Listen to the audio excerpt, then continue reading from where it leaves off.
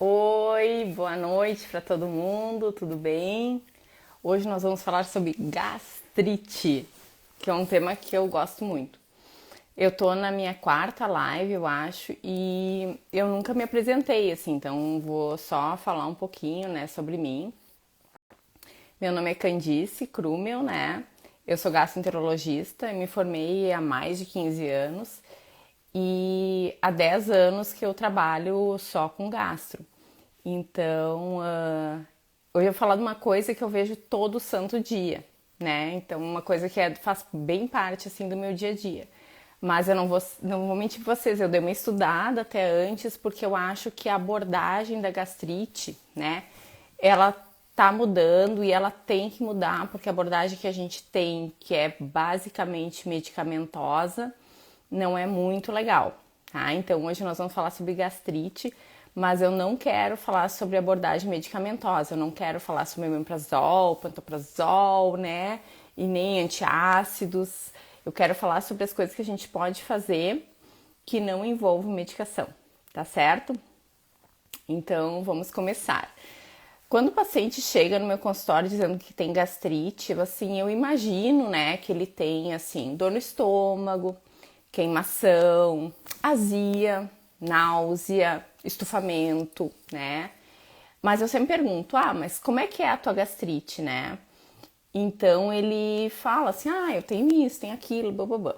Bom, a primeira coisa que eu quero falar para vocês é o seguinte: a gastrite, na verdade, ela é uma inflamação do estômago, tá? Uma inflamação da mucosa do estômago. Ela é um diagnóstico endoscópico, que a gente vê na endoscopia, e principalmente um diagnóstico patológico, do anátomo patológico, do patologista, tá? Que ele pega lá a biópsia, olha e vê que o paciente tem inflamação do estômago. E na grande maioria dos casos, quando os pacientes chegam com esses sintomas, assim, dor, desconforto, estufamento, eles não têm gastrite, tá? Na grande maioria dos casos, eles não têm gastrite. E para a gente poder falar mais sobre esse tratamento, a gente tem que ver um pouco da fisiopatologia da doença, tá?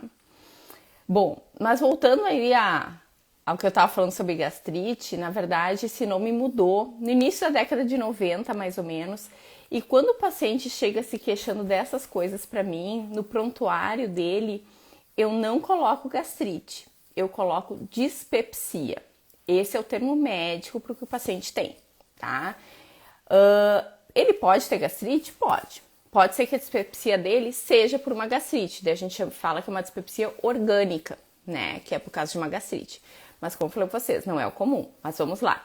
Então esse paciente, ele tem dispepsia, ele não tem gastrite. Daí vocês vão perguntar assim, mas meu médico falou que eu tenho gastrite nervosa. Pois é, né, pessoal? Como eu falei pra vocês, o termo dispepsia, ele foi forjado no início da década de 90. Então, antes disso, se falava gastrite. Então, se tu pegar médicos mais antigos, eles vão continuar falando gastrite. Se tu pegar alguns médicos que não estudam muito o assunto, talvez eles continuem falando gastrite também, tá? Mas o termo certo é dispepsia, certo? Bom, então o paciente chega no consultório com essas queixas, tá?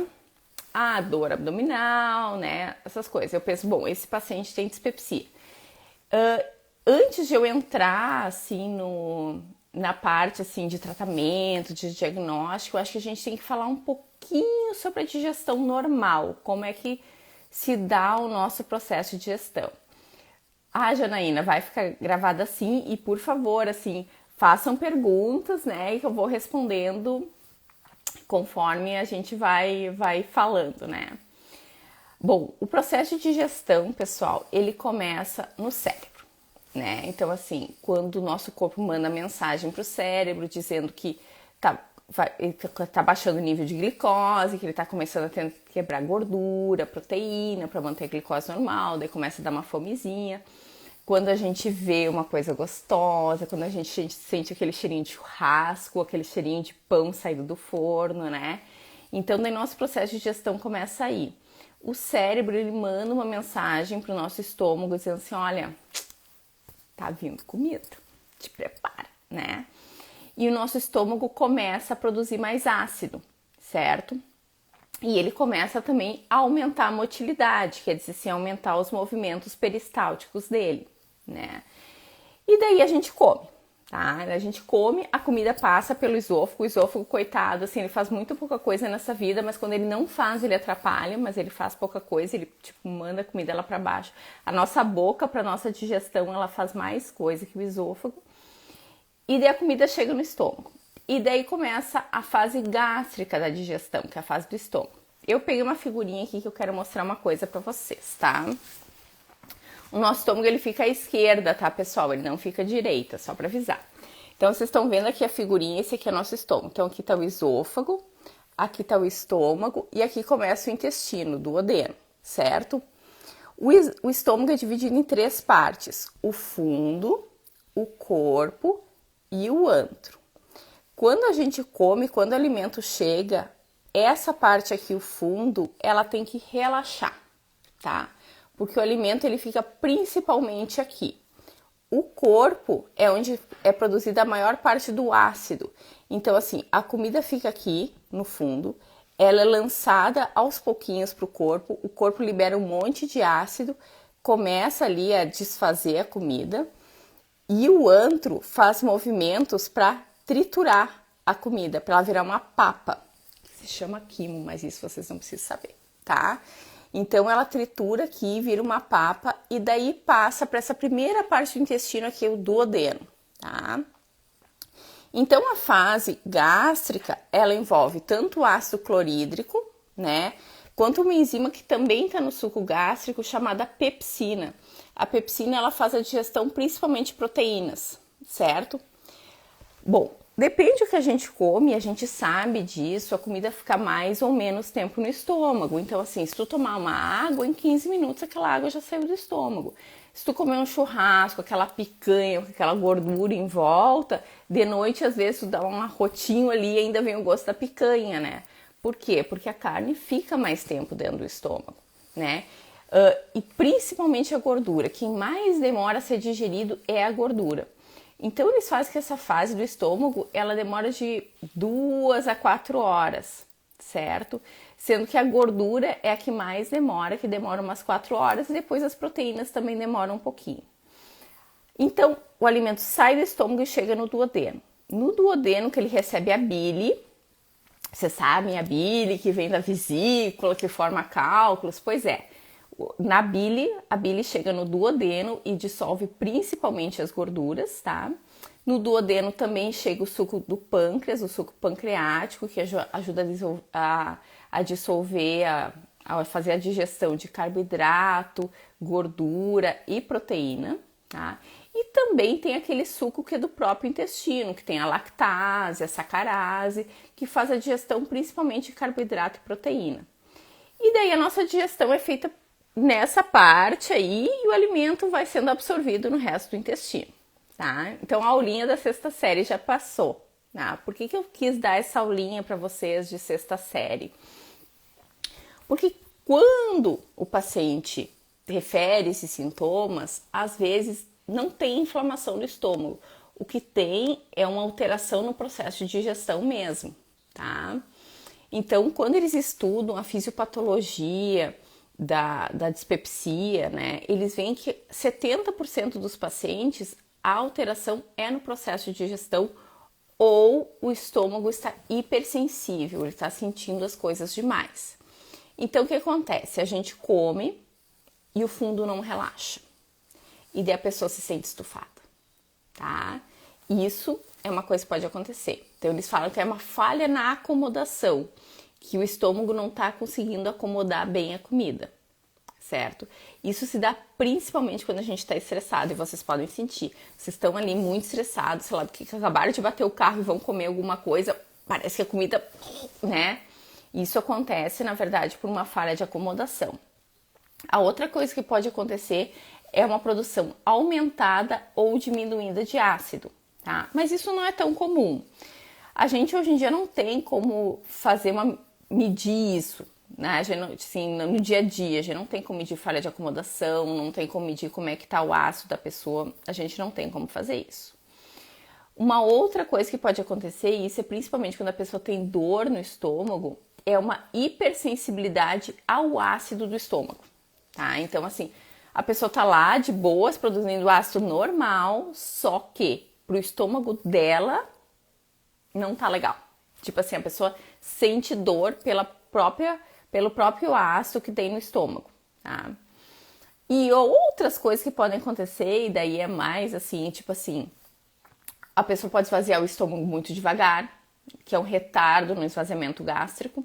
Então, se a gente come muita gordura, todos nós vamos ter retardo no esvaziamento gástrico. Eles já fizeram essa experiência, eles pegaram e injetaram lipídios direto no estômago das pessoas e ficou lá um tempão, né? A gente pode ter o esvaziamento gástrico muito rápido, isso dá um desconforto, né? E também tem um negócio que agora eles estão estudando muito, talvez é onde eles mais estão estudando, que são alterações não no estômago, mas alterações no duodeno, que é aquela partezinha do intestino que vem atrás, depois do estômago, tá? O que eles estão vendo é que tem células, às vezes, inflamatórias no duodeno, só que elas não aparecem na biópsia convencional que a gente faz.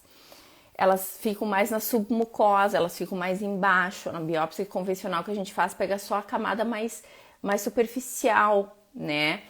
E na camada mais embaixo fica eosinófilos e mastócitos. Daí vocês vão dizer assim, mas eu não fiz medicina, o que é eosinófilos e mastócitos? Essas células, eosinófilos e mastócitos, são células que estão envolvidas principalmente nos processos alérgicos do nosso corpo. Tá? Isso faz levantar uma hipótese que será que não tem algum tipo de alergia alimentar muito leve, que não faça uma reação sistêmica, mas faça uma reação só no nosso intestino, uma reação inflamatória no nosso intestino, modificando a motilidade dele, modificando a sensibilidade dele, modificando ali as secreções dele. E eles estão chamando isso, eles falam que não é alergia, tá? Porque na verdade não desencadeia toda a cascata alérgica no nosso corpo, mas que isso seria um processo de hipersensibilidade a alguns alimentos, tá? E daí tem até os alimentos mais envolvidos, é principalmente o negócio com glúten, né? E tem outros também, não é só o glúten, mas que teria talvez essa coisa de um aumento de eosinófilos e mastócitos no duodeno, certo? Isso são as causas que a gente não consegue ver, tá, galera? Então, assim, a gente faz endoscopia, tá tudo certo, a gente faz cintilografia de esvaziamento gástrico, tá tudo certo, só que o paciente tem essas pequenas alterações que a gente ainda não consegue mensurar. Tem alterações que a gente consegue mensurar, então, assim, eu entro lá dentro, o paciente tem uma úlcera gástrica, uma úlcera duodenal, tá certo, né? A gente espera que ele tenha sintomas. Tem uma neoplasia de estômago, às vezes pacientes têm doença do refluxo e tem queimação na boca do estômago por doença do refluxo. Então, essas causas que a gente consegue ver na endoscopia, a gente chama de dispepsia orgânica, tá? As causas que a gente não consegue ver na endoscopia, a gente chama de dispepsia funcional. Quando eu estava na faculdade e se falava que o paciente tinha dispepsia funcional, ficava mais ou menos na entrelinha que o paciente estava, tipo assim, ele era depressivo, ele era ansioso, ele era sei lá do que, entendeu? Tá? Era até um pouco pejorativo, assim, não era legal pro paciente. A gente dizia, esse paciente tem dispepsia funcional. Mas isso, gente, foi 20 anos atrás, tá? Hoje em dia a gente já sabe, a mesma coisa assim no intestino irritável. A gente já sabe que o paciente com dispepsia funcional, ele tem alterações orgânicas, só que a gente não está conseguindo mensurar. Mas sim, tem alterações orgânicas. O estresse está envolvido? Claro, o estresse está envolvido, porque tem componente de hipersensibilidade, porque assim, os nossos neurotransmissores, a serotonina e a dopamina, elas atuam muito na motilidade do nosso trato gastrointestinal. Então, não tem como o nosso estado emocional não estar relacionado a essas doenças. Por isso que no passado se dizia que era uma gastrite nervosa, mas não é nervosa, tá? Tem outras coisas envolvidas, não é gastrite nervosa, não existe gastrite nervosa. Eu falei isso em público, eu não acredito, que felicidade, porque eu falo isso para os alunos da medicina. Não existe gastrite nervosa, tá? O que existe é dispepsia, né? E o nosso estado emocional, ele tá super, super associado com dispepsia, mas não é gastrite nervosa, ok? Tá? Então, vamos lá. A gente já falou, então, da fisiopatologia, que tem causas orgânicas e tem causas que são orgânicas também, mas que a gente não consegue mensurar. Mas e agora? Tudo bem, eu tô sabendo de tudo isso, mas é tudo isso muito teórico. Vamos lá, o paciente chega para mim com essas queixas, tá? A primeira coisa que a gente precisa avaliar é se ele tem sinais e sintomas de alarme, né? O que são sinais e sintomas de alarme? São coisas que a gente faz a gente, será que ele não tem um câncer, tá? Isso é a primeira coisa que a gente precisa avaliar. Quais são os sinais e sintomas de alarme que faz a gente pensar em doença mais grave? Emagrecimento, tá? Se emagreceu mais de 10% do peso corporal em 6 meses ou 5% do peso corporal em 3 meses. Anemia, vômitos, principalmente assim, o paciente come e 1 hora depois vomita o que comeu e fala assim, doutora, eu vomitei exatamente o que eu comi. Quer dizer que a digestão não tá acontecendo, né? Vômitos com sangue, certo? Quando ele tem aqui em cima da clavícula, a gente tem uns linfonodos bem pequenininhos, tá? Que a gente não sente. Por incrível que pareça, o nosso estômago, quando ele tá com alguma doença ruim, ele manda coisa para esses linfonodos. Então, se tiver linfonodos supraclaviculares aumentados, principalmente à esquerda, também é um sinal e sintoma de alarme, certo? Em alguns lugares fala que ter mais de 50 anos ou começar com sintomas mais de 50 anos também é um sinal e sintoma de alarme, porque querendo ou não, assim, a idade ela influencia muito nessa coisa das células se renovarem sem fazer nenhuma mutação genética, né? Ainda influencia muito, um dia nós vamos melhorar isso, né? E em alguns lugares também falam assim, sintomas que acordam o paciente à noite. Esse também seria um sinal e sintoma de alarme, certo? Então, se o paciente tem qualquer sinal e sintoma de alarme, ele tem indicação de fazer endoscopia, tá? Então, o paciente emagreceu, tem que fazer endoscopia. Eu como e vomito, tem que fazer endoscopia, tá? Então, se tiver qualquer sinal e sintoma de alarme, tem que fazer endoscopia. Como eu sou meio cagona, eu acabo pedindo para os pacientes acima de 50 anos também, tá? Mas, como eu falei para vocês, tem lugares que pelo custo-benefício, eles acham que não vale a pena pedir para pacientes acima de 50 anos, talvez só pacientes acima de 65 anos. Mas isso muda conforme o protocolo de cada país, né? Aqui no Brasil, o protocolo fala se o paciente tiver meia idade. Eu acho que meia idade é 40 anos, mas eu não sei se alguém tiver alguma outra opinião a respeito, né? Mas eles não falam assim tantos anos, eles falam assim, meia idade. Se o paciente estiver na meia idade, ele tem indicação. Tá bom então, né? Bom, então assim, se o paciente tiver essas coisas, ele tem indicação de fazer endoscopia. Mas vamos dizer assim, que tu seja uma pessoa de 22 anos e não tenha nada disso. Neste momento, tá? Não está indicado fazer endoscopia direto. Tu pode fazer duas coisas, na verdade. Uma pode dar um tratamento empírico, conforme o quadro clínico do paciente. Então, se ele tiver dor, tu pode dar omeprazol para ver se vai melhorar da dor e se não melhorar, fazer endoscopia. E a outra coisa que dá para fazer é testar o Helicobacter pylori, né? O Helicobacter pylori, pessoal, ele é uma bactéria que gosta do nosso estômago, né? Ele gosta de se grudar no nosso estômago, ficar bem grudadinho no nosso estômago. E ele consegue sobreviver super bem lá, porque ele consegue produzir uma ilha básica em torno dele. Então, ele vive super bem no nosso estômago. O Helicobacter pylori está no ser humano há 200 mil anos, entendeu? Ele está vindo com a gente, né? Ele está vindo com a gente. Então, tem uma discussão hoje em dia bem importante se ele é uma bactéria ruim ou se ele faz parte mesmo da nossa microbiota, entendeu? Mas o que aconteceu? Lá na década de 80, quando se falava que os pacientes tinham úlcera nervosa, eles descobriram que não, que na verdade os pacientes tinham úlcera devido ao Helicobacter pylori, que em alguns pacientes o Helicobacter pylori dá úlcera no estômago. Em alguns pacientes ele dá esses sintomas que eu tô falando para vocês, de dispepsia. Em alguns pacientes ele dá câncer de estômago. Depende do paciente e depende da cepa do Helicobacter pylori. Então, tem Helicobacter pylori que são do bem, tem uns que são do mal. Então, assim, se meu pai teve câncer de estômago, eu tenho que fazer endoscopia para ver se eu tenho Helicobacter pylori. Provavelmente eu tenho a mesma cepa dele. Por quê? Porque a gente pega o Helicobacter pylori dos pais, a gente pega o Helicobacter pylori na infância, né? E eu fico vendo meu filho, eu fico lambendo a cara dele toda hora, graças a Deus que eu não tenho Helicobacter, senão eu teria passado para ele também já, né? Que eu tô sempre lambendo o guri. Então, a gente pega na infância o Helicobacter pylori, é uma bactéria muito prevalente aqui no Brasil. Eles estimam que 50% da população tem Helicobacter pylori, né? E ela tá muito associada com os hábitos de higiene, só que quando a gente é criança a gente lambe tudo, né? A gente lambe chão, lambe cardápio, lambe tudo, então assim não tem o que fazer, né?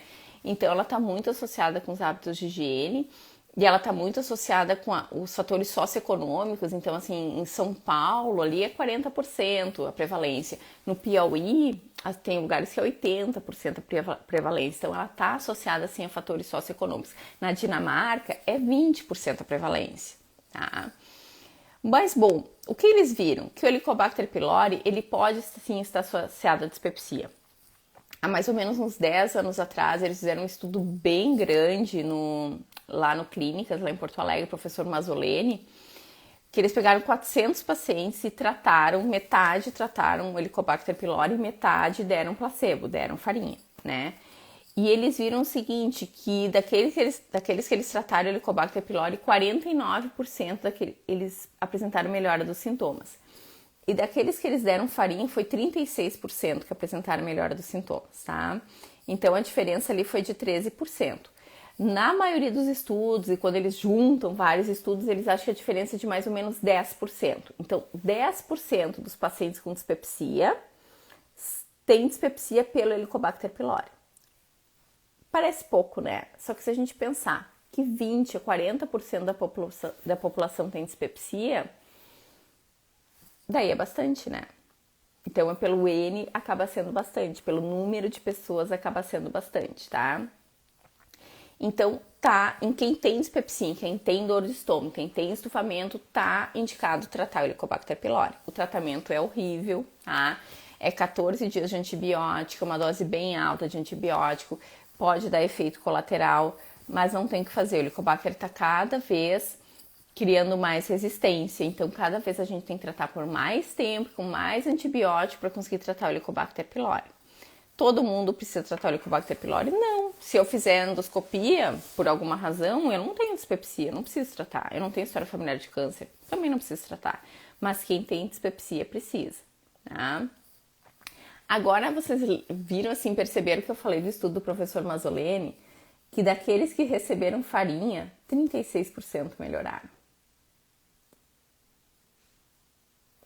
Porque na verdade, assim, para vocês verem como o nosso eixo cérebro, intestino, cérebro, estômago, ele é importante. Só a pessoa achar que ela tá tomando uma medicação para o estômago, 1/3 melhora. Só de achar que isso está acontecendo. Legal, né? Ou não, né? Mas é uma coisa interessante, né, pessoal? Bom, então assim, ó, para resumir, em quem tem dispepsia, a gente trata o Helicobacter pylori em todo mundo, certo? Daí, tá, vamos dizer assim, tratei o Helicobacter pylori e não melhorei. Daí tem indicado fazer endoscopia. Certo? Daí tem que fazer endoscopia. Ah, eu só vou fazer um parênteses. Aqui em Santa Cruz só tem um jeito de descobrir se a gente tem Helicobacter pylori ou não. É fazendo endoscopia, tá? Então acaba que o paciente acaba fazendo endoscopia para descobrir se tem Helicobacter pylori. Tem o teste sérico também. Dá para fazer o teste sérico também, né? Mas o melhor mesmo é a endoscopia, tá?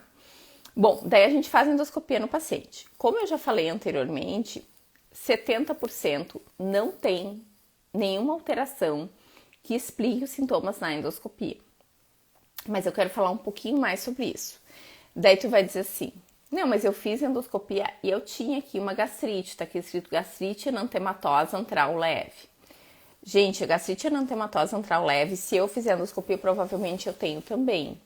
Porque, na verdade, é uma gastrite de adulto, é o estômago um pouco mais vermelho. Isso não está associado com nenhum sintoma, tá? Então, a gastrite enantematosa a princípio não está associada com nenhum sintoma. Ah, mas eu tenho gastrite erosiva. Bom, a gastrite erosiva, ela pode sim estar associada, tá? Principalmente se ela for acentuada, né? Então, uma gastrite erosiva leve também não costuma estar associada com nenhum sintoma. Ah, mas eu tenho gastrite atrófica. A gastrite atrófica é outros 500, tá? A gastrite atrófica não está associada com nenhum sintoma, mas ela está muito, muito, muito associada com deficiência de vitamina B12. Então, tu pode ter deficiência de vitamina B12 pela gastrite atrófica, tá? Mas a gastrite atrófica, ela entra em outro patamar, é outra coisa, tá? Mas o que a gente está falando desses sintomas de dor, talvez a gastrite erosiva moderada, acentuada, esteja associada com sintomas. As outras gastrites, muito pouco, né? Ah, daí tem a gastrite granulomatosa, daí tá, mas é raro isso. O normal é gastrite erantematose e gastrite erosiva, tá, galera? E essas aí não estão associadas com tantos sintomas assim. Mas veio úlcera gástrica. Daí sim. Veio esofagite B. Daí é refluxo, provavelmente, né? Então, talvez os seus sintomas sejam mais doenças do refluxo. Mas eu posso ter refluxo e dispepsia? Pode, é bem comum. Bem comum mesmo. Porque tu pensa assim, se teu estômago não tá funcionando bem, por que teu esôfago vai estar funcionando bem? Por que tua válvula ali, o esfíncter esofágico inferior vai estar funcionando bem? Então, é bem comum ter doença do refluxo com dispepsia, tá? Mas aí, nesses casos, o que acontece? A gente trata primeiro o refluxo e vê o que ficou, né? Ver o que ficou para dispepsia, mas a gente costuma tratar primeiro o refluxo. Então eu fiz endoscopia, deu gastrite erantematose antral leve e na biópsia eu tinha gastrite crônica sem atividade, vamos começar assim, gastrite crônica sem atividade, sem metaplasia intestinal, sem atrofia e Helicobacter pylori negativo, tá? Então nós vamos falar um pouquinho sobre isso. A gastrite crônica, quando ela aparece na biópsia, eu não fico muito assim empolgada na vida, tá? Porque a maioria dos pacientes tem. E às vezes eu dou uma olhada na atividade, se tiver com a atividade acentuada, eu fico vendo, não, mas calma aí, estranho, né? Porque a endoscopia tá quase normal e tá com a atividade acentuada. Eu vejo mais atividade acentuada em pacientes que estão tomando anti-inflamatório, estão tomando alguma medicação que realmente ataca o estômago, né? A atrofia, a metaplasia intestinal, elas são alterações que são consideradas pré-cancerosas, tá? Normalmente elas estão associadas com o Helicobacter pylori. Tem o que fazer para atrofia e para metaplasia intestinal?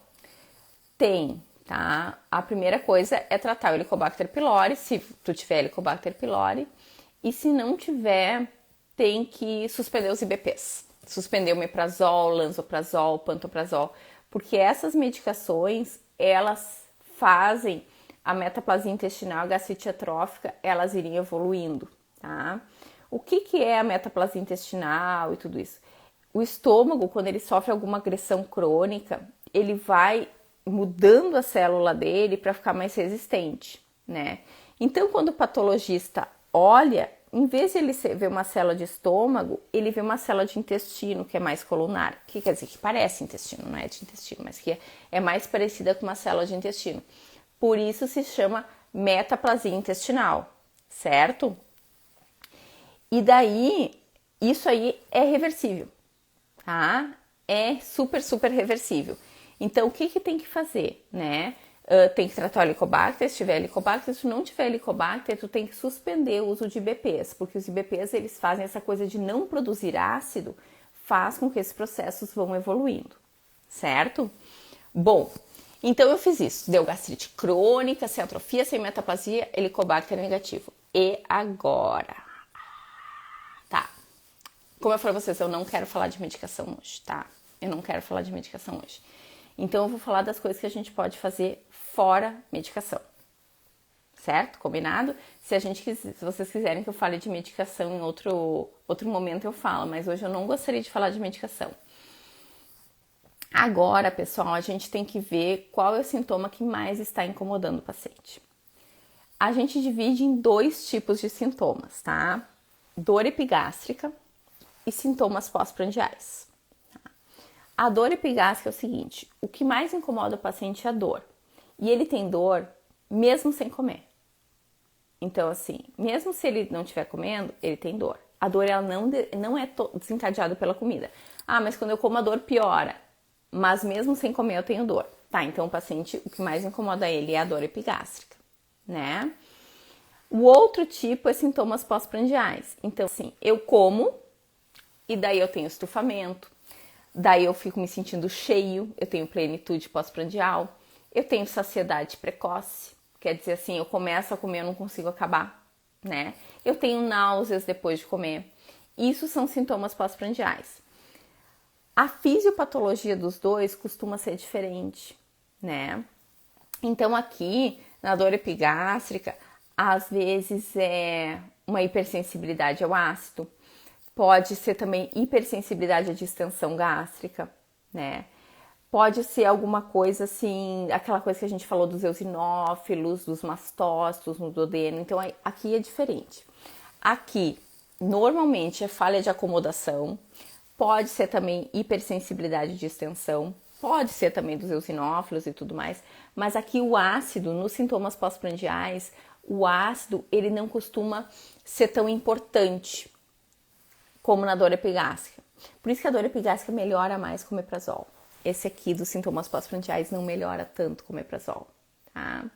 Mas eu não vou falar do omeprazol, vou falar assim do que a gente pode fazer sem tomar remédio para tentar melhorar. Vamos lá. Começando. Primeira coisa, o momento que a gente come, né? Comer devagar, né? A gente tem que dar um tempo pro nosso estômago. Se a gente comer muito rápido, adivinha, ele não consegue relaxar da maneira que ele tem que relaxar. E daí tu fica ficando cheia depois, tá, né? Então, assim, comer devagar é uma coisa super importante.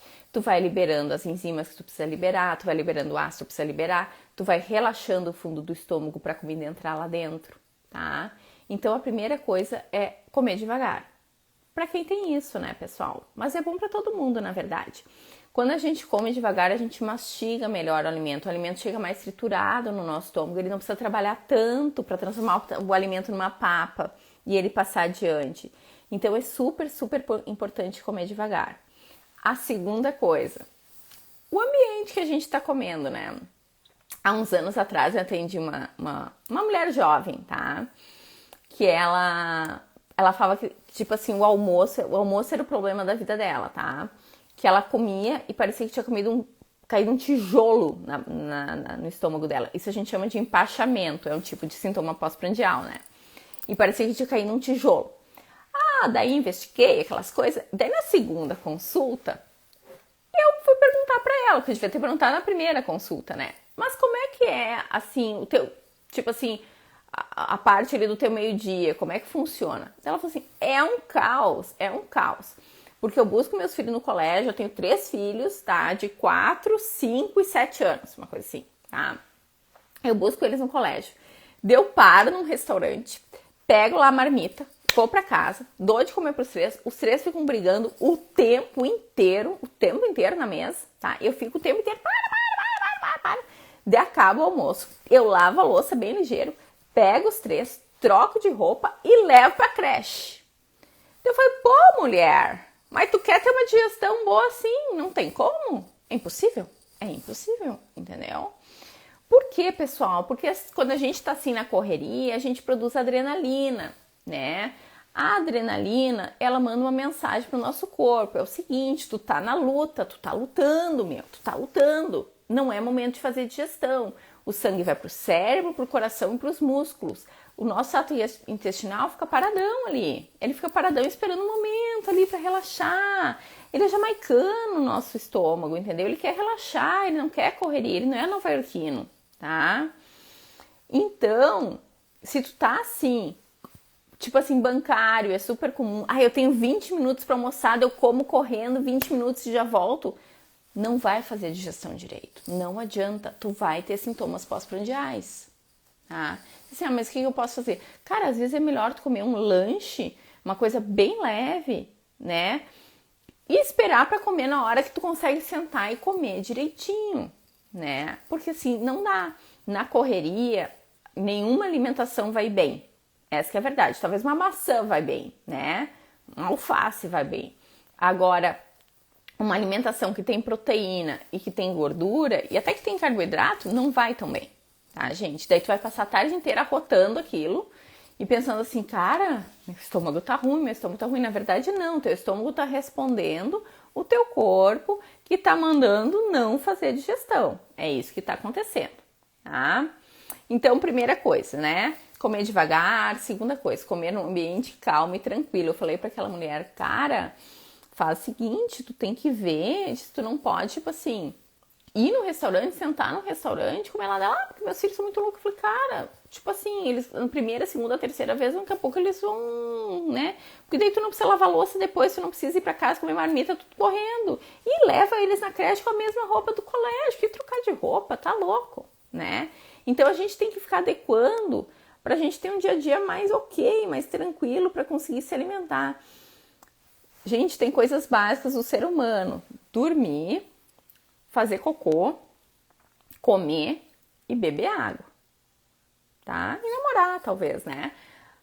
A gente precisa dessas coisas básicas. Se a gente fazer isso mal, se a gente fazer isso correndo, não vai dar certo, tá? Não vai dar certo, a digestão não vai dar certo. Bom, e daí dos alimentos, o que a gente pode mudar na nossa alimentação, tá? Bom, primeira coisa, para quem tem principalmente sintomas pós-prandiais, tá, pessoal? O que eles falam é o seguinte: como isso normalmente é por uma falha de acomodação, um retardo no esvaziamento gástrico, o bom seria diminuir as gorduras, certo? Diminuir as gorduras da dieta, né? De proteína até que não tem muito, que tem bastante coisa de gordura. Ah, mas o café? O café é um problema, porque na verdade, assim, o café nos estudos, os pacientes eles falam que tem mais dor com café, tá? Só que se eles vão ver o mecanismo, eles não acham muito o mecanismo. Parece talvez aumente a secreção de ácido, mas não tem muito mecanismo, assim. Então o café a gente tem que ver com a gente, né? É uma coisa muito de autoobservação. Então, assim, já se sabe que tem quem tem esses sintomas pós-prandiais, as gorduras são um problema. Não fiquem bravas comigo, chocolate é um problema. O chocolate é um problema mesmo para quem tem o negócio da dor epigástrica e para quem tem sintomas pós-prandiais. O chocolate é um problema para os dois, né? O café parece ser um problema para quem tem dor epigástrica. O álcool em grande quantidade é um problema para os dois também. O álcool em pequena quantidade parece que não tem muita relevância. O tabagismo é um problema para os dois, tá? Isso são coisas do nosso dia a dia que a gente pode mudar, certo? Frutas cítricas talvez seja um problema, né? Mas não se sabe muito bem. Outra coisa que eles estão estudando bastante é aquela coisa que a gente falou na síndrome do intestino irritável, que é os FODMAPs, tá? Os FODMAPs, que são, na verdade, os FODMAPs são carboidratos, tá? Que não são bem digeridos por nós, seres humanos, né? E eles chegam no nosso intestino e as bactérias que tem no nosso intestino podem fermentar esses carboidratos, isso produzir mais gás e também mudar a osmolaridade do intestino, fazer as pessoas terem diarreia, tá? Os FODMAPs, por produzirem mais gás, olha que interessante, eles aumentam a pressão dentro da nossa cavidade abdominal, então a nossa pressão intraperitoneal. E isso em alguns pacientes dá sintomas, principalmente estufamento, né? O estufamento é um sintoma muito importante quem tem essa intolerância aos FODMAPs. Claro que tu não precisa ter intolerância a todos os FODMAPs, daí a gente tem a frutose, tem a lactose, tem os fructanos, que entra o trigo, né? Tem os polióis, então não necessariamente tu vai ter os galactanos, não necessariamente tu vai ter a todos os FODMAPs, mas talvez tu tenha algum, isso pode desencadear sintomas.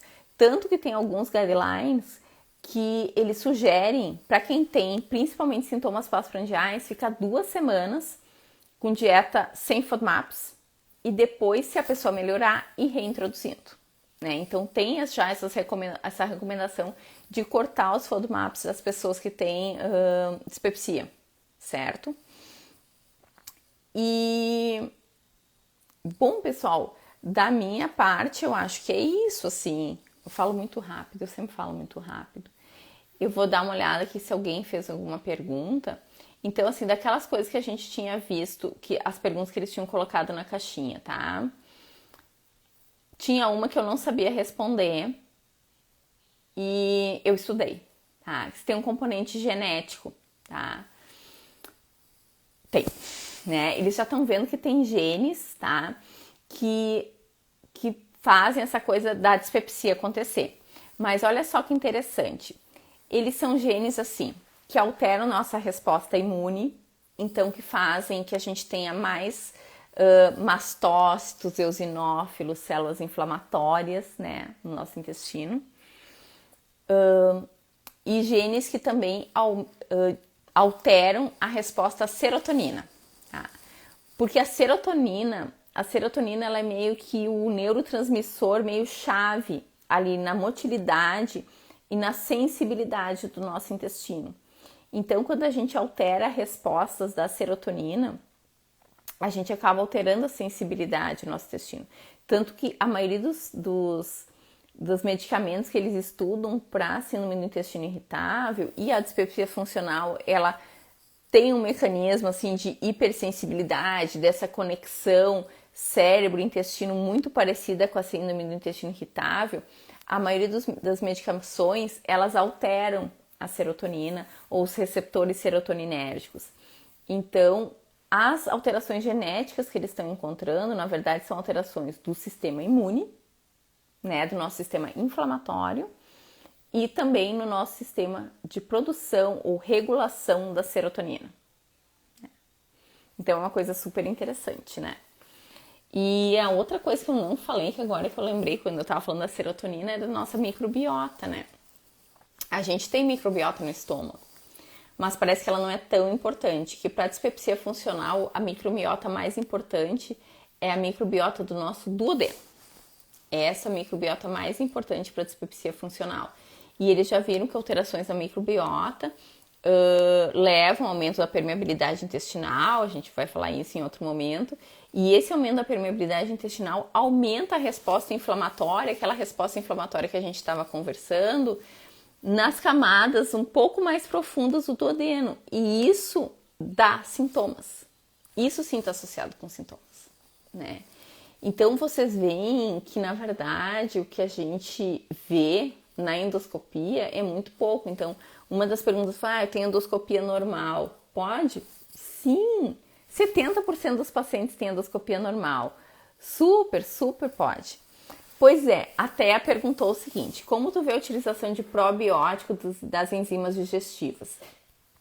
Olha, tem alguns trabalhos, eu não estudei muito isso das enzimas digestivas para hoje, tá? Mas tem alguns trabalhos que eles falam que para alguns pacientes, principalmente aqueles com aquela coisa que eu falei dos sintomas pós-prandiais, as enzimas digestivas poderiam ajudar sim, né? Porque alguns deles têm uma secreção alterada. Só que a gente, aí como eu falei, a gente ainda não consegue medir isso. Mas que alguns pacientes poderiam ajudar sim. Tanto que quem tem intolerância à lactose, a gente dá lactase, né? Então eu acho que é válido a gente tentar. Eu acho que é válido a gente tentar, e se o paciente disser assim, não melhorou nada, a gente suspende, já que a gente não consegue testar direitinho, eu acho que é válido tentar. Mas para dor não funcionaria muito. Da parte dos probióticos, isso eu ando lendo bastante sobre isso. Ali do duodeno, eles ainda não sabem, tá? Porque, na verdade, o que é muito, muito estudado é a microbiota do intestino grosso. A microbiota duodenal, ela não é tão bem estudada. O que eles acham, e eu achei super legal isso, que é uma coisa que eu não sabia, que talvez valha a pena dar pós-bióticos, que são aquelas coisas que que as nossas bactérias produzem, né? Que são as enzimas que elas produzem e tudo mais, que talvez o pós-biótico teria mais estudos ou mais relevância nesse caso da dispepsia funcional. E o pós-biótico que eles mais falam é a glutamina. É a L-glutamina, é o pós-biótico que eles mais falam. Até colocou aqui, eu faço recomendação e tenho bons resultados, né? Mas sempre associada a mudanças de hábitos alimentares. Aí que tá, né, gente? Não existe pílula mágica. Não existe. Pra nada, eu acho, assim, né? A não ser anticoncepcional, talvez. mas não existe pílula mágica. Então, assim, a gente tem que mudar nossos hábitos. Tem a parte também do exercício físico. O exercício físico, ele altera a motilidade do nosso intestino, ele melhora a motilidade do nosso intestino. Então, aquela coisa assim, ó, dá uma cesteada de assim meia hora, 40 minutos, não tem grandes problemas. Agora, comer e dormir logo depois, dormir mesmo, dormir assim de sonhar, a digestão também para. Então, o ideal é de noite a gente jantar pelo menos umas 3 horas antes de dormir. 2 horas assim ali, tá? Mas o ideal seria jantar umas 3 horas antes de dormir para dar tempo para fazer a digestão. Porque quando a gente dorme, adivinha, gente, nosso corpo entra em repouso, inclusive nosso trato gastrointestinal. A gente até para de produzir saliva quando tá dormindo. Então, o ideal seria dar pelo menos umas 3 horas antes da gente dormir mesmo, para o nosso corpo fazer uma digestão legal, né? Então, aquela coisa assim, tu vai lá, come um baita churrasco com teus amigos de noite, toma uma cerveja, chega em casa e ó, capota na cama. Acorda no meio da noite, toma mal. Sim, tomou bebida alcoólica, que é uma coisa que altera a motilidade, comeu carne com gordura, tá tudo ali dentro ainda, não tem como não estufar. O estômago assim, o que tá acontecendo aqui, né? Tá? Então, tem que ter mudança de hábito também. E eu acho assim, que se com mudança de hábito tu não melhora, super válido. A gente tem que tentar tudo para ser feliz, tá? Super válido tomar enzimas, talvez fazer com probióticos, mas aí o ideal seria a gente ter um probiótico que a gente saiba que é específico para o duodeno, sendo que na dispepsia funcional o problema aparece ali da microbiota duodenal, que seria o problema. E isso a gente ainda não sabe muito bem. Essa que é a verdade, a microbiota duodenal não é tão bem estudada quanto as outras, né? Alguém mais, pessoal, tem alguma pergunta? A Camila aqui me elogiou. Obrigada, Camila. Muito obrigada.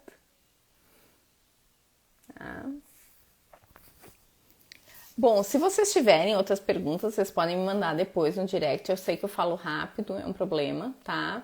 Mas vocês sabem que eu dou aula ali na medicina da Unis, que eles ainda botam mais rápido ainda pra eu falar, viu? Só pra vou avisar vocês, né? Eles botam ali no 1.5, eu acho, minhas aulas, pra ser bem rápido mesmo. Tá? E eu espero que vocês tenham gostado.